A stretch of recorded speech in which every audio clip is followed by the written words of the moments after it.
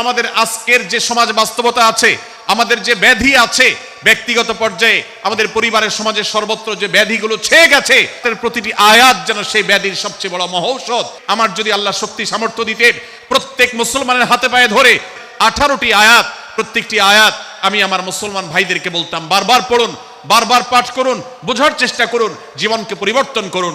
এ সূরার প্রথম থেকে পঞ্চম আয়াত পর্যন্ত, প্রথম এই 5টি আয়াতে আল্লাহ রাব্বুল আলামিন তার প্রিয় নবী মুহাম্মদ মুস্তাফা সাল্লাল্লাহু আলাইহি ওয়াসাল্লাম, সবাই দুরূদ পড়ি, সাল্লাল্লাহু আলাইহি ওয়াসাল্লাম, প্রিয় নবীজির নাম শুনলে দুরূদ পাঠ করতে হয়, তার জন্য দোয়া করতে হয়।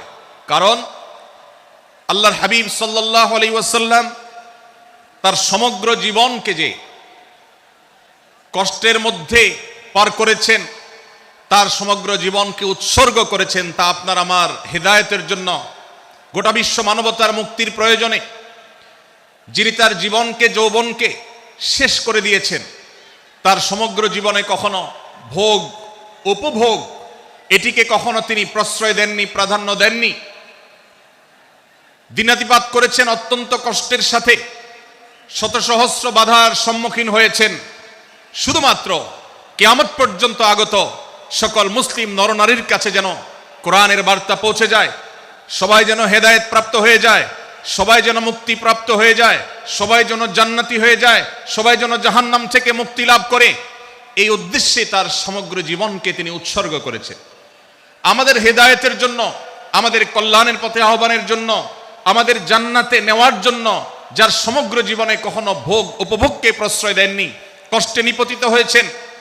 তিনি চাইলে মক্কার রাজত্ব করতে পারতেন, তিনি চাইলে মক্কার সবচেয়ে ভোগী মানুষ হতে পারতেন, কিন্তু সেটা না করে তিনি যে ত্যাগের দৃষ্টান্ত স্থাপন করেছেন, প্রিয় নবী মুহাম্মদ সাল্লাল্লাহু আলাইহি সাল্লামের সেই অবদানের স্বীকৃতি স্বরূপ আমরা তার নাম যখনই শুনবো সাল্লাল্লাহু আলাইহি সাল্লাম বলে, তার প্রতি আল্লাহর রহমত যেন, অনুগ্রহ যেন নাজিল হয় সেজন্য দোয়া করব।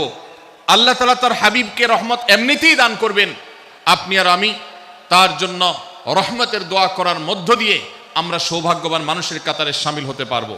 তো আমি যেটি বলছিলাম, সূরাতুল হুজরাতের 1 থেকে 5 নম্বর আয়াত পর্যন্ত এই 5টি আয়াতে আল্লাহ রাব্বুল আলামিন প্রিয় নবী সাল্লাল্লাহু আলাইহি সাল্লামের সাথে আদব এবং শিষ্টাচারের শিক্ষা দিয়েছেন মানব জাতিকে।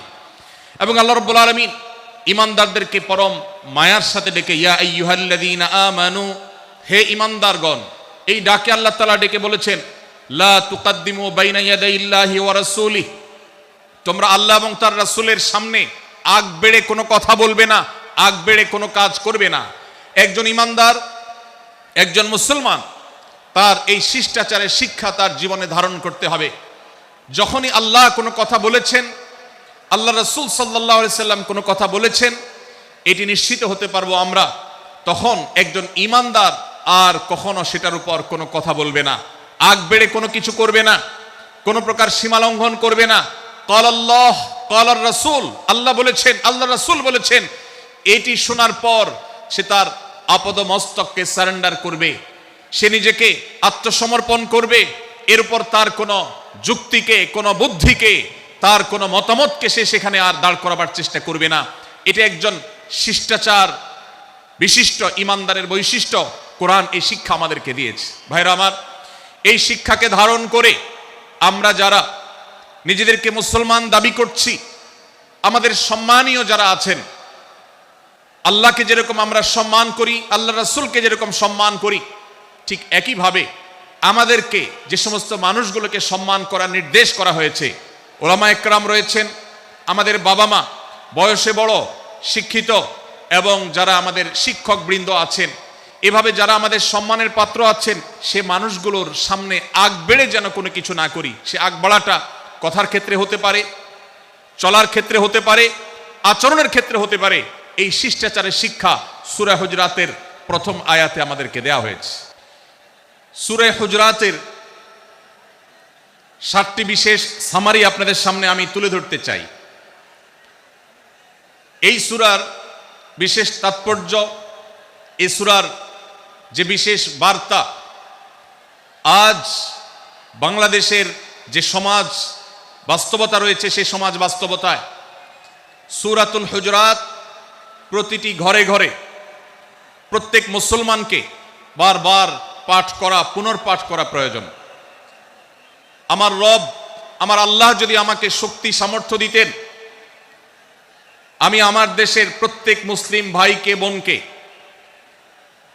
হাত জোড় করে, অনুরোধ করে, অনুনয় বিনয় করে সূরাতুল হুজুরাতের শুরু থেকে শেষ পর্যন্ত যে 18টি আয়াত রয়েছে, এই 18 আয়াতে ঐতিহাসিক যে 7টি বিশেষ বার্তা রয়েছে, সে বার্তাগুলো গ্রহণ করবার উদ্দেশ্যে বারবার অর্থ সহকারে সূরাতুল হুজুরাত বুঝে বুঝে পড়ার, এর তাফসীর দেখার, এর সামারিকে বারবার জানার জন্য আমি অনুরোধ করতাম। আল্লাহ তাআলা আমাদের সবাইকে সূরাতুল হুজুরাত এর আলো দ্বারায় সবাইকে আলোকিত হওয়ার তৌফিক দান করুন। আমি যে সূরার সামারি আপনাদেরকে বলতে যাচ্ছি, যে সূরাকে সামনে রেখে আজকের এই ঐতিহাসিক মাহফিলে কোরআনে কারীমের দেওয়া 7টি বার্তা দিতে চাইছি, সেই সূরার নাম হলো সূরাতুল হুজুরাত।